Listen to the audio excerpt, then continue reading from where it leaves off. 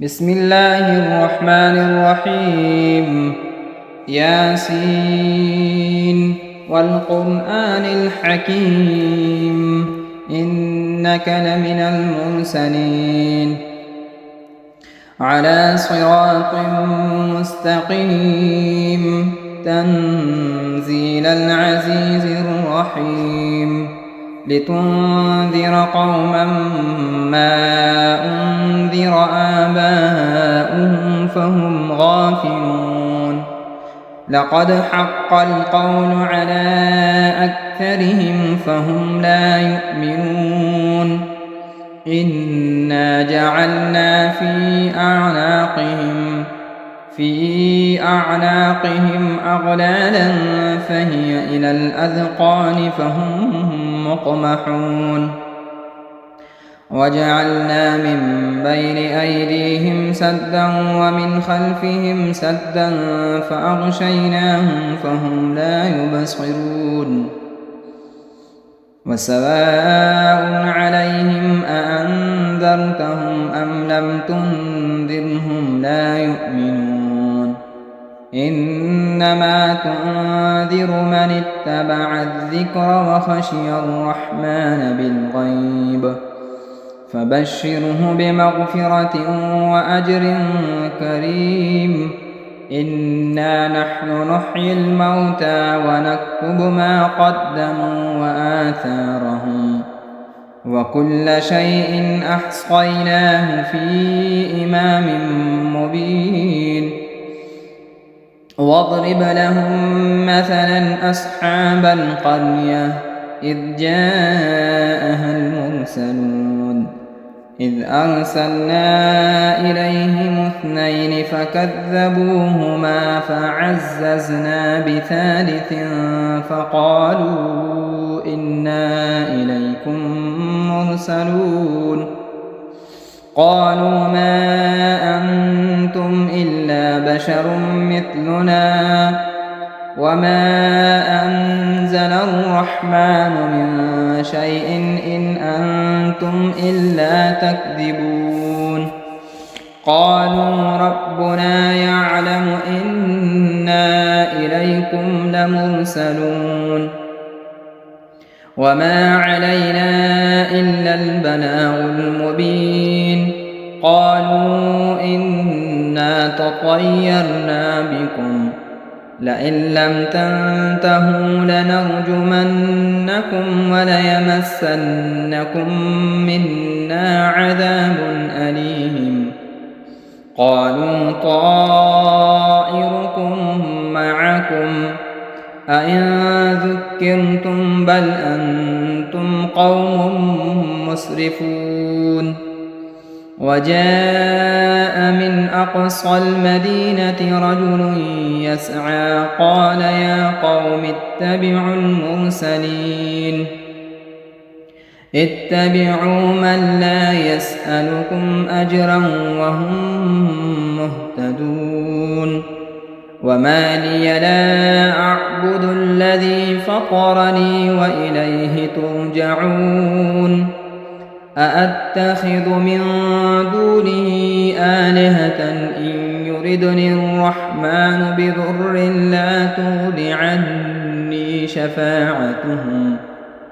عني شفاعتهم شيئا ولا ينقذون إني إذا لفي ضلال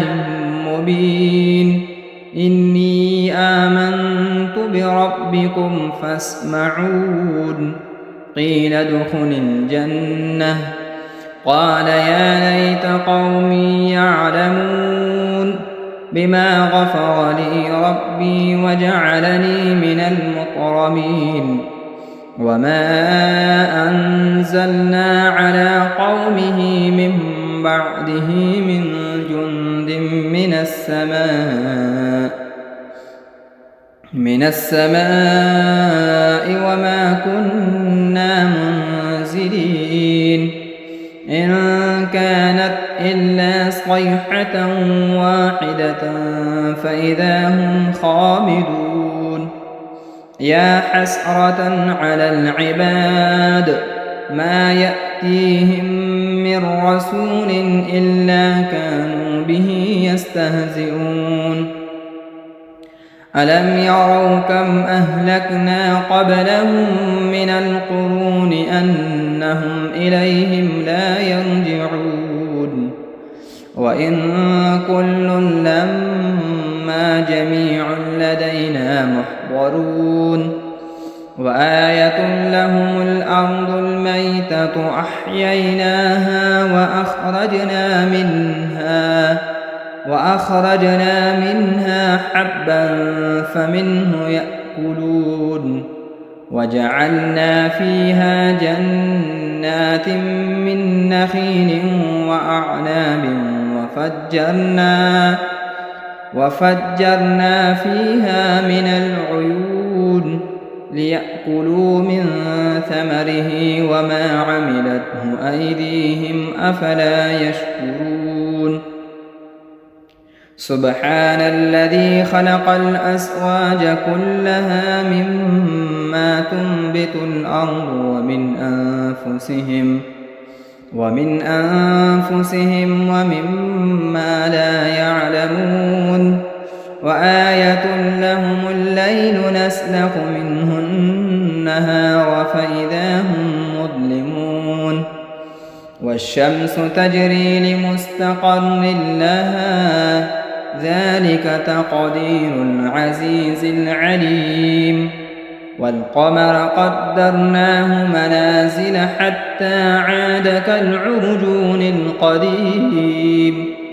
لا الشمس ينبغي لها أن تدرك القمر ولا الليل سابق النهار وكل في فلك يسبحون وآية لهم أنا حملنا ذريتهم في الفلك المشحون وخلقنا لهم من مثله ما يركبون وإن نشأ نغرقهم فلا صريخ لهم ولا هم ينقذون إلا رحمة منا ومتاعا إلى حين وإذا قيل لهم اتقوا ما بين أيديكم وما خلفكم لعلكم ترحمون وما تأتيهم من آية من آيات ربهم إلا كانوا عنها معرضين وإذا قيل لهم أنفقوا مما رزقكم الله قال الذين كفروا للذين آمنوا أنطعم من لو يشاء الله أطعمه إن أنتم إلا في ضلال مبين ويقولون متى هذا الوعد إن كنتم صادقين ما ينظرون إلا صيحة واحدة تأخذهم وهم يخصمون فلا يستطيعون توصية ولا إلى أهلهم يرجعون ونفخ في الصور فإذا هم من الأجداث إلى ربهم ينسلون قالوا يا ويلنا من بعثنا من مرقدنا هذا ما وعد الرحمن وصدق المرسلون إن كانت إلا صيحة واحدة فإذا هم جميع لدينا محضرون فاليوم لا تظلم نفس شيئا ولا تجزون إلا ما كنتم تعملون إن أصحاب الجنة اليوم في شغل فاكهون هم وأزواجهم في ظلال على الأرائك متكئون لهم فيها فاكهة ولهم ما يدعون سلام قولا من رب رحيم وامتازوا اليوم أيها المجرمون ألم أعهد إليكم يا بني آدم ألا تعبدوا الشيطان إنه لكم عدو مبين وأن اعبدوني هذا صراط مستقيم ولقد أضل منكم جبلا كثيرا أفلم تكونوا تعقلون هذه جهنم التي كنتم توعدون اصلوها اليوم بما كنتم تكفرون اليوم نختم على أفواههم وتكلمنا أيديهم وتشهد أرجلهم بما كانوا يكسبون ولو نشاء لطمسنا على أعينهم فاستبقوا الصراط فأنى يبصرون ولو نشاء لمسخناهم على مكانتهم فما استطاعوا مضيا ولا يرجعون ومن نعمره ننكسه في الخلق أفلا يعقلون وما علمناه الشعر وما ينبغي له إن هو إلا ذكر وقرآن مبين لينذر من كان حيا ويحق القول على الكافرين أولم يروا أنا خلقنا لهم مما عملت أيدينا أنعاما فهم لها مالكون وذللناها لهم فمنها ركوبهم ومنها يأكلون ولهم فيها منافع ومشارب أفلا يشكرون واتخذوا من دون الله آلهة لعلهم ينصرون لا يستطيعون نصرهم وهم لهم جند محضرون فلا يحزنك قولهم إنا نعلم ما يسرون وما يعلنون أولم ير الإنسان أنا خلقناه من نطفة فإذا هو خصيم مبين وضرب لنا مثلا ونسي خلقه قال من يحيي العظام وهي رميم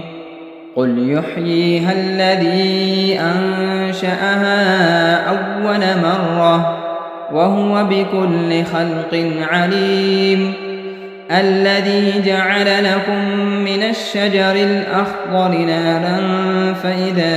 أنتم منه توقدون أوليس الذي خلق السماوات والأرض بقادر على أن يخلق مثلهم بلى وهو الخلاق العليم إنما أمره إذا أراد شيئا أن يقول له كن فيكون فسبحان الذي بيده ملكوت كل شيء وإليه ترجعون بسم الله الرحمن الرحيم الرحمن علم القرآن خلق الإنسان علمه البيان الشمس والقمر بحسبان والنجم والشجر يسجدان والسماء رفعها ووضع الميزان ألا تطغوا في الميزان وأقيموا الوزن بالقسط ولا تخسروا الميزان والأرض وضعها للأنام فيها فاكهة والنخل ذات الأكمام والحب ذو العصف والريحان فبأي آلاء ربكما تكذبان خلق الإنسان من صلصال كالفخار وخلق الجان من مارج من نار فبأي آلاء ربكما تكذبان رب المشرقين ورب المغربين فبأي آلاء ربكما تكذبان مرج البحرين يلتقيان بينهما برزخ لا يبغيان فبأي آلاء ربكما تكذبان يخرج منهما اللؤلؤ والمرجان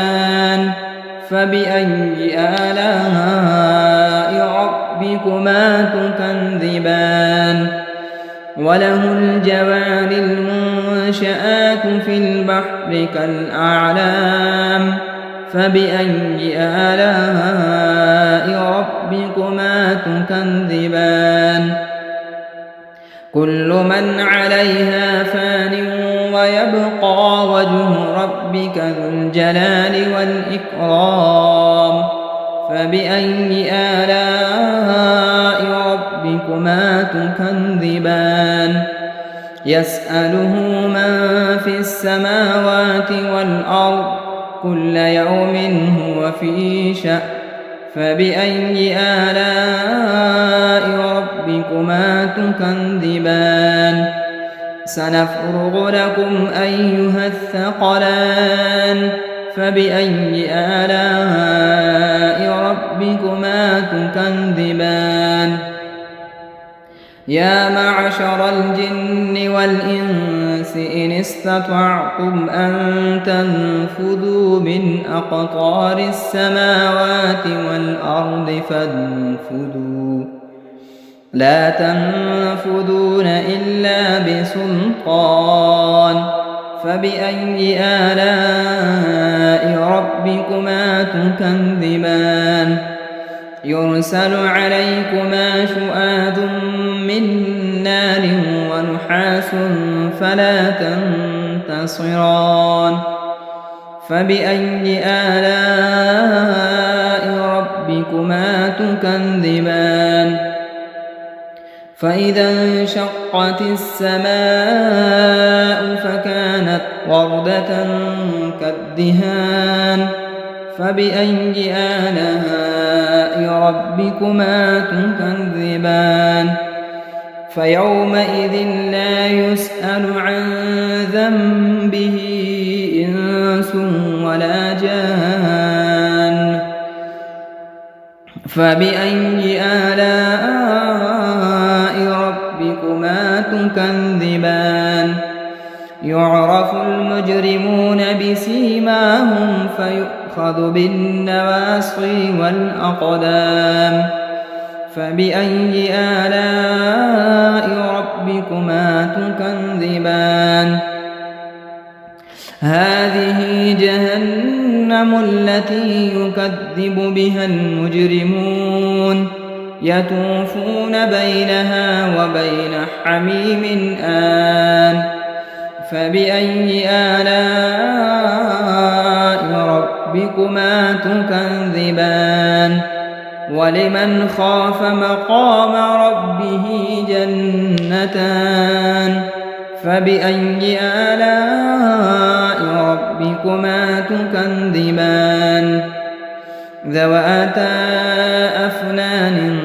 فبأي آلاء ربكما تكذبان فيهما عينان تجريان فبأي آلاء ربكما تكذبان فيهما من كل فاكهة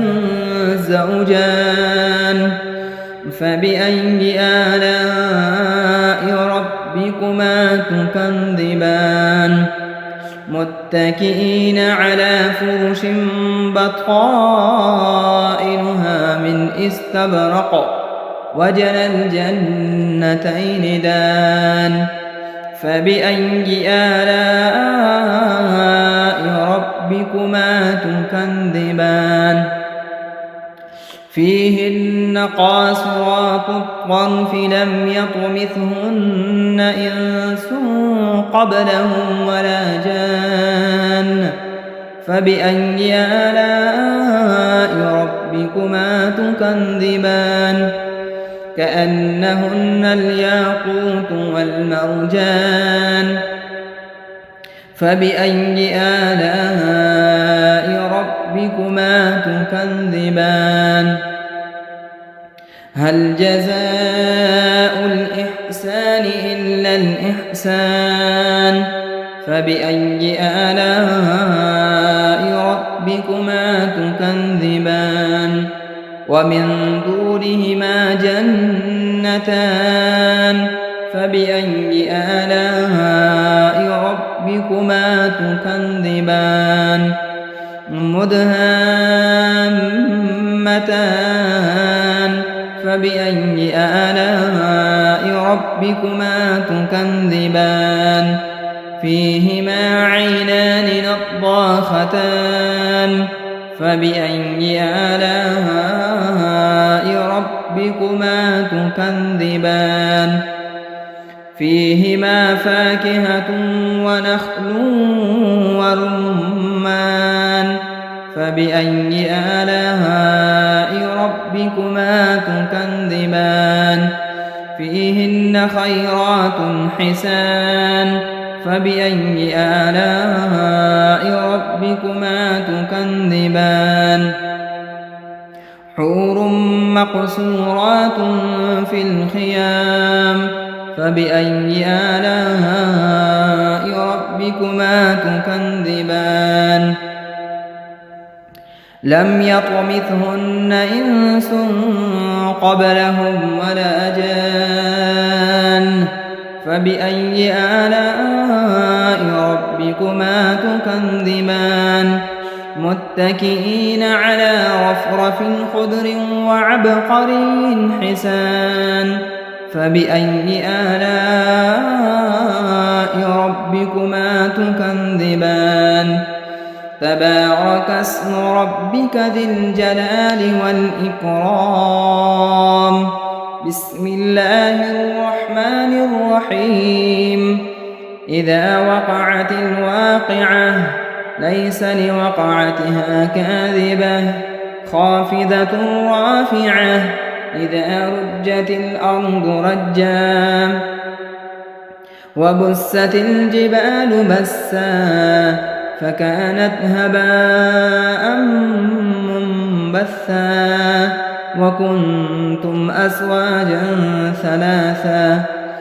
فأصحاب الميمنة ما أصحاب الميمنة وأصحاب المشأمة ما أصحاب المشأمة والسابقون السابقون أولئك المقربون في جنات النعيم ثلة من الأولين وقليل من الآخرين على سرر موضونة متكئين عليها متقابلين يطوف عليهم ولدان مخلدون بأكواب وأباريق وكأس من معين لا يصدعون عنها ولا ينزفون وفاكهة مما يتخيرون ولحم طير مما يشتهون وحور عين كأمثال اللؤلؤ المكنون جزاء بما كانوا يعملون لا يسمعون فيها لغوا ولا تأثيما إلا قيلا سلاما سلاما. وأصحاب اليمين ما أصحاب اليمين في سدر مخضود وطلح منضود وظل ممدود وماء مسكوب وفاكهة كثيرة لا مقطوعة ولا ممنوعة وفرش مرفوعة إنا أنشأناهن إنشاء فجعلناهن أبكارا عربا أترابا لأصحاب اليمين ثلة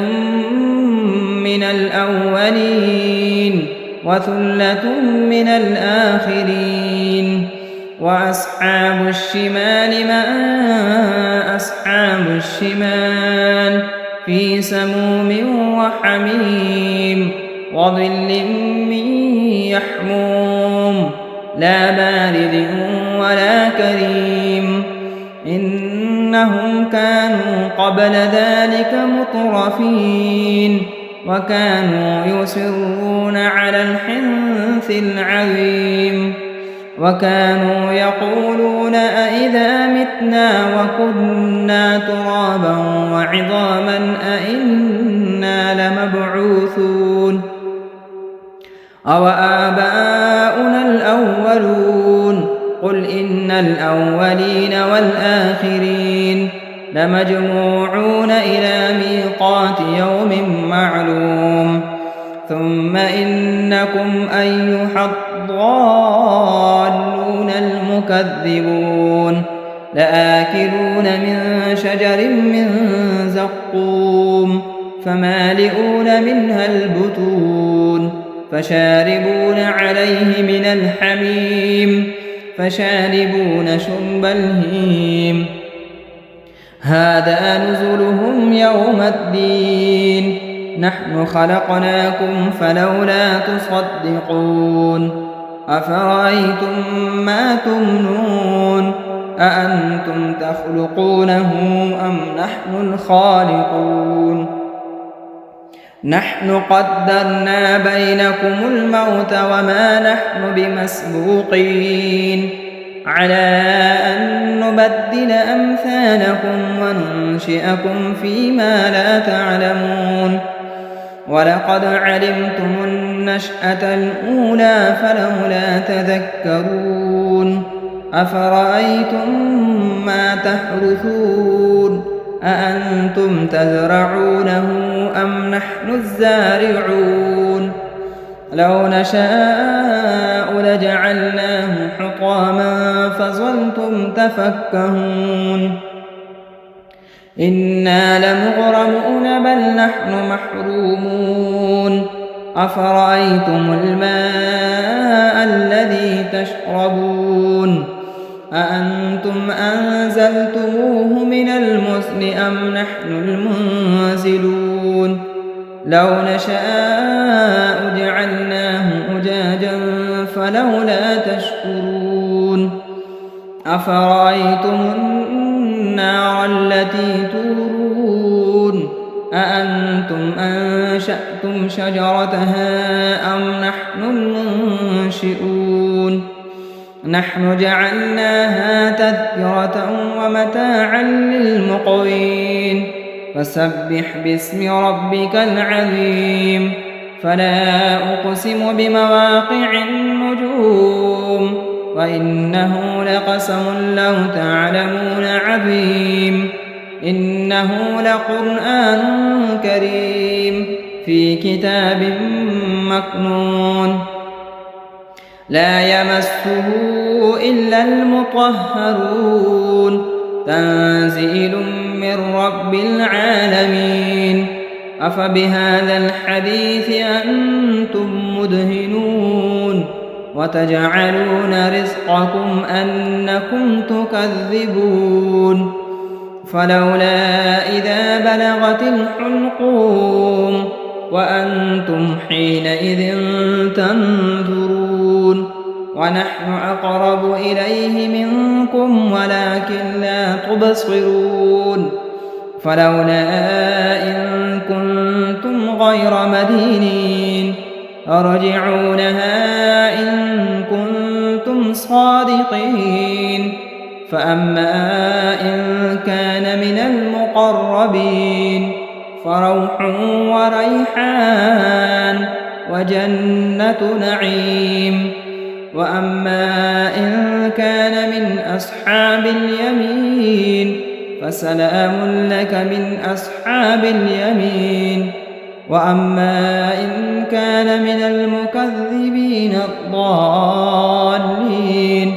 فنزل من حميم وتصلية جحيم إن هذا لهو حق اليقين فسبح باسم ربك العظيم بسم الله الرحمن الرحيم تبارك الذي بيده الملك وهو على كل شيء قدير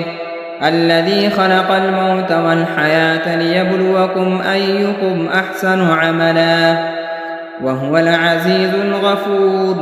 الذي خلق 7 سماوات طباقا ما ترى في خلق الرحمن من تفاوت فارجع البصر هل ترى من فتور ثم ارجع البصر كرتين ينقلب إليك البصر خاسئا وهو حسير ولقد زينا السماء الدنيا بمصابيح وجعلناها رجوما للشياطين وأعتدنا لهم عذاب السعير وللذين كفروا بربهم عذاب جهنم وبئس المصير إذا ألقوا فيها سمعوا لها شهيقا وهي تفور تكاد تميز من الغيظ كلما ألقي فيها فوج سألهم خزنتها ألم يأتكم نذير قالوا بلى قد جاءنا نذير فكذبنا وقلنا ما نزل الله من شيء إن أنتم إلا في ضلال كبير وقالوا لو كنا نسمع أو نعقل ما كنا في أصحاب السعير فاعترفوا بذنبهم فسحقا لأصحاب السعير إن الذين يخشون ربهم بالغيب لهم مغفرة وأجر كبير وأسروا قولكم أو اجهروا به إنه عليم بذات الصدور ألا يعلم من خلق وهو اللطيف الخبير هو الذي جعل لكم الأرض ذلولا فامشوا في مناكبها وكلوا من رزقه وإليه النشور أأمنتم من في السماء أن يخسف بكم الأرض فإذا هي تمور أم أمنتم من في السماء أن يرسل عليكم حاصبا فستعلمون كيف نذير ولقد كذب الذين من قبلهم فكيف كان نكير أولم يروا إلى الطير فوقهم صافات ويقبض ما يمسكهن إلا الرحمن إنه بكل شيء بصير أمن هذا الذي هو جند لكم ينصركم من دون الرحمن إن الكافرون إلا في غرور أمن هذا الذي يرزقكم إن أمسك رزقه بل لجوا في عتو ونفور أفمن يمشي مكبا على وجهه أهدى أمن يمشي سويا على صراط مستقيم قل هو الذي أنشأكم وجعل لكم السمع والأبصار والأفئدة قليلا ما تشكرون قل هو الذي ذرأكم في الأرض وإليه تحشرون ويقولون متى هذا الوعد إن كنتم صادقين قل إنما العلم عند الله وإنما أنا نذير مبين فلما رأوه زلفة سيئت وجوه الذين كفروا وقيل هذا الذي كنتم به تدعون قل أرأيتم إن أهلكني الله ومن معي أو رحمنا فمن يجير الكافرين من عذاب أليم قل هو الرحمن آمنا به وعليه توكلنا فستعلمون من هو في ضلال مبين قل أرأيتم إن أصبح ماؤكم غورا فمن يأتيكم بماء معين صدق الله مولانا العظيم.